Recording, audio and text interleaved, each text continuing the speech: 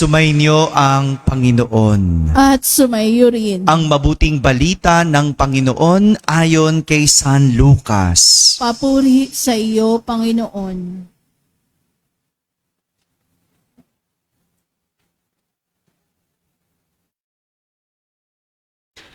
Noong panahong iyon, ang Anghel Gabriel ay sinugo ng Diyos sa Nazaret, Galilea, sa isang dalaga na ang pangalan ay Maria. Siya'y nakatakdang ikasal kay Jose, isang lalaki buhat sa lipi ni Haring David. Paglapit ng anghel sa kinaroroonan ng dalaga, binati niya ito. Matuwa ka, ikaw ay kalugod-lugod sa Diyos, wika niya. Sumasayo ang Panginoon. Nagulumihanan si Maria sa gayong pangungusap at inisip niyang mabuti kung ano ang kahulugan niyon. Kaya't sinabi sa kanya ng anghel, "Huwag kang matakot, Maria, sapagkat kinalulugdan ka ng Diyos. Makinig ka, ikaw ay maglilihi at manganganak ng isang lalaki at siya'y tatawagin mong Jesus. Magiging dakila siya at tatawaging anak ng kataas-taasan. Ibibigay sa kanya ng Panginoong Diyos ang trono ng kanyang amang si David. Maghahari siya sa angkan ni Jacob magpakailanman, at ang kanyang paghahari ay walang hanggan." Paanong mangyayari ito? Gayong ako'y dalaga, tanong ni Maria. Sumagot ang anghel, "Bababa sa iyo ang Espiritu Santo at dililiman ka ng kapangyarihan ng kataas-taasan. Kaya't banal ang ipanganganak mo at tatawaging anak ng Diyos. Natatandaan mo ang iyong kamag-anak na si Elizabeth? Alam ng lahat na siya ay baog, ngunit naglihi siya sa kabila ng kanyang katandaan. At ngayoy ika-6 na buwan na ng kanyang pagdadalang tao, sapagkat walang hindi mapangyayari ang Diyos." Sumagot si Maria, "Ako'y alipin ng Panginoon. Mangyari sa akin ang iyong sinabi." At nilisan siya ng anghel. Mga kapatid, ang mabuting balita ng Panginoon. Pinupuri ka namin, Panginoong Kristo. Umupo ang lahat at makinig sa homilya. Isang magandang umaga po sa inyong lahat. Magandang umaga sa mga nasa barangay, mga nasa tahanan at nasa abroad na nagsisimba via online. Kasama kayo sa aming banal na pagdiriwang dito sa ating parokya. Pakigising ang katabi, sabihin mo, "Good morning." Namumula-mula pa yung mata ng iba no? Para mga hindi naman natulog, no? Good morning. Magandang umaga po. Ngayong araw na ito, ginugunita natin si Maria bilang Reyna ng langit at lupa. Sabihin nyo nga, Reyna. Pag nilayan natin kung ano ang katangian bilang Reyna na naipamalas ni Maria. Nakakita na ba kayo ng Reyna? Hello? Sinong hindi pa nakakita ng Reyna? Taas ang kamay.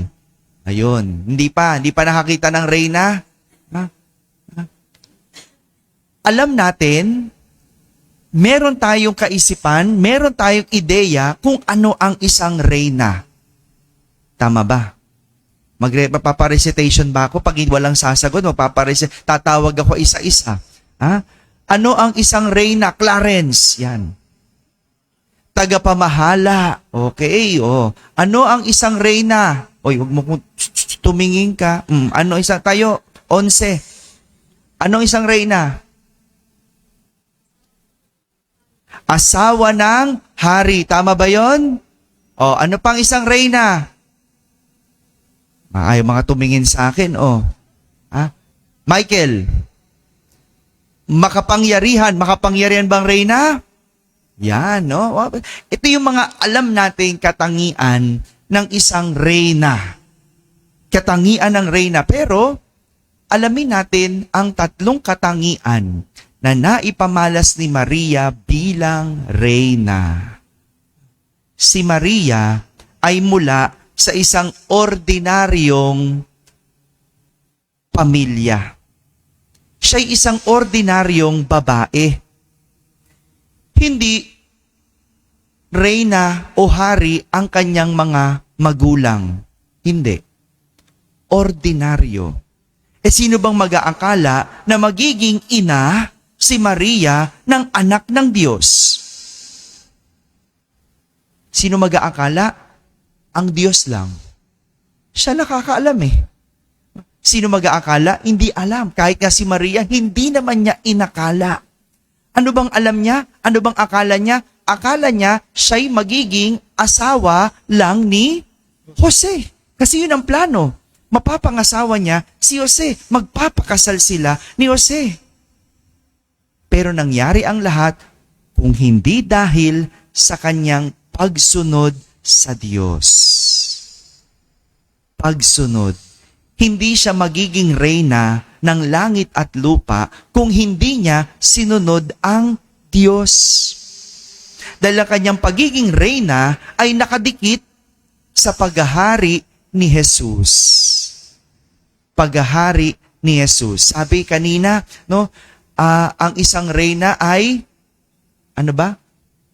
Makapangyarihan. Ano pa sabi? Tagapamahala at asawa ng hari. Ganun maging reyna, di ba? Kailangan asawa ka muna ng hari. Pero alam niyo po, noong panahon ng paghahari ni Haring David, ang ina ng isang hari ay tinuturing na inang reyna. Oh, so hindi pala ibig sabihin mag-asawa ka ng hari para ikaw ay maging reyna. Hindi. Kasi hindi naman lahat nakakapangasawa ng hari. At minsan ang hari pinipili na wala pang asawa.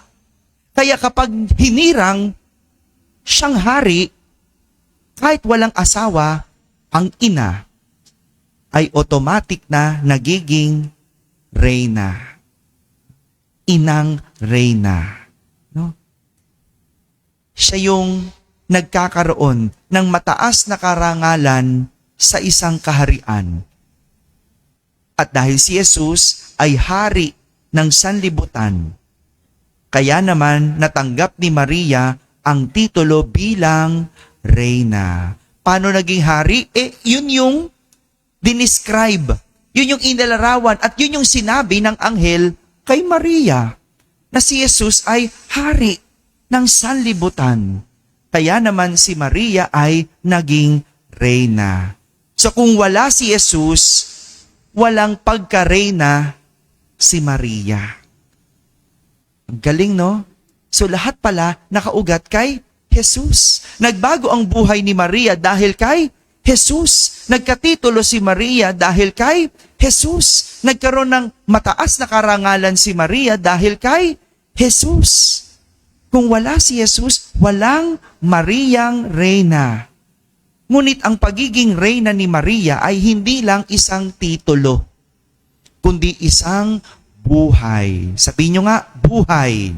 Buhay. Tatlong katangian ang ipinakita ni Maria sa kanyang buhay bilang reyna. Una, si Maria ay sumunod, hindi nasunod. Sabihin nyo nga, sumunod. Sumunod. Kanina narinig natin, sabi, ang reyna ay makapangyarihan. No? Pero iba si Maria. Pinamalas niya ang kanyang kapangyarihan sa pagsunod. Hindi siya ang nasunod. Gaya na lang ng ating narinig sa kwento. Sinunod ni Maria ang Diyos. Tinanggap niya ang plano ng Diyos. Kapalit ng kanyang sariling plano. At yun ang maganda kay Maria. Dahil sa kanyang pagsunod, nabago ang kanyang buhay. Dito tayo madalas bumabagsak sa pagsunod. Dahil sa katigasan ng ating ulo, hindi nababagong ating buhay. Ano nangyayari? Nasisira. Kasi sa katigasan ng ulo. Kaya hindi nakatapos kasi hindi sumunod. Kaya hindi natuto kasi hindi sumunod. Kaya nakapangasawa ng maaga kasi hindi sumunod. Diba? I-connecta nyo yan. No? Kaya na ospital kasi hindi sumunod. 'Di ba? Kaya nagkasakit kasi hindi sumunod. Titingnan mo, no? Kaya sira ang buhay, bakit? Merong sinuway. At madalas ang sinusunod sarili. Pero si Maria, dahil sa kanyang pagsunod, nabago ang buhay. Gumanda ang buhay. Dahil ang sinunod ay Diyos. Si Maria, sumunod at hindi nasunod. Pangalawang katangian ni Maria bilang reyna, si Maria ay naglingkod, hindi pinaglingkuran. Sabihin nyo nga, naglingkod. Bilang ina, buong buhay ni Maria, pinaglingkuran si Jesus. Magmula sa kapanganakan hanggang sa kamatayan, andon si Maria para kay Jesus. Ganyan ang pagiging reyna ni Maria. Siya yung naglilingkod. Ang ibang reyna, ang alam nating reyna, siya ang pinaglilingkuran. Hindi ba? Pero si Maria, ang kanyang pagiging reyna ay umikot sa paglilingkod kay Jesus. Pangatlong katangian ni Maria bilang reyna, si Maria namagitan, hindi namuno. Sabi nyo nga, namagitan. Magitan. Dinala ni Maria ang tao palapit kay Jesus. Ganyan si Maria bilang pinuno, tagapamagitan, hindi pinuno. Nalala niyo yung kwento? Noong unang milagro, ano nangyari sa unang milagro? Ang tubig naging alak. Noon sa kasalan, naubusan ng alak. At ang mga tao lumapit kanino? Kay Maria. Lumapit kay Maria para mailapit kay Jesus, maidulog ang problema kay Jesus. Anong problema nun? Wala ng alak. At anong sinabi ni Maria? Gawin ninyo ang sasabihin niya. Galing, no? Kaya pala, pag meron tayong kailangang milagro, lalapit tayo kay Maria. Si Maria ang mamamagitan sa atin, palapit sa Diyos. Yan ang gampanin ni Maria bilang reyna. Hindi pinuno, kundi taga-pamagitan. Ganito ang buhay ni Maria bilang reyna. Kakaiba pero banal. Mahirap pero masaya. Puno ng pagsubok pero hindi nauubusan ng pag-asa. Lahat ito ay dahil walang hindi mapangyayari ang Diyos. Kaya niyang baguhin ang lahat basta tayo ay makikipagkaisa. Kayang baguhin ng Diyos ang iyong buhay kung ikaw ay makikipagkaisa. Kaya mga kapatid, ang pinagkaiba ni Maria sa ibang reyna ay hindi dahil siya ang nasunod, kundi siya ay sumunod. Hindi pinaglingkuran, siya ang naglingkod. At hindi namuno, kundi namagitan. Amen? Amen.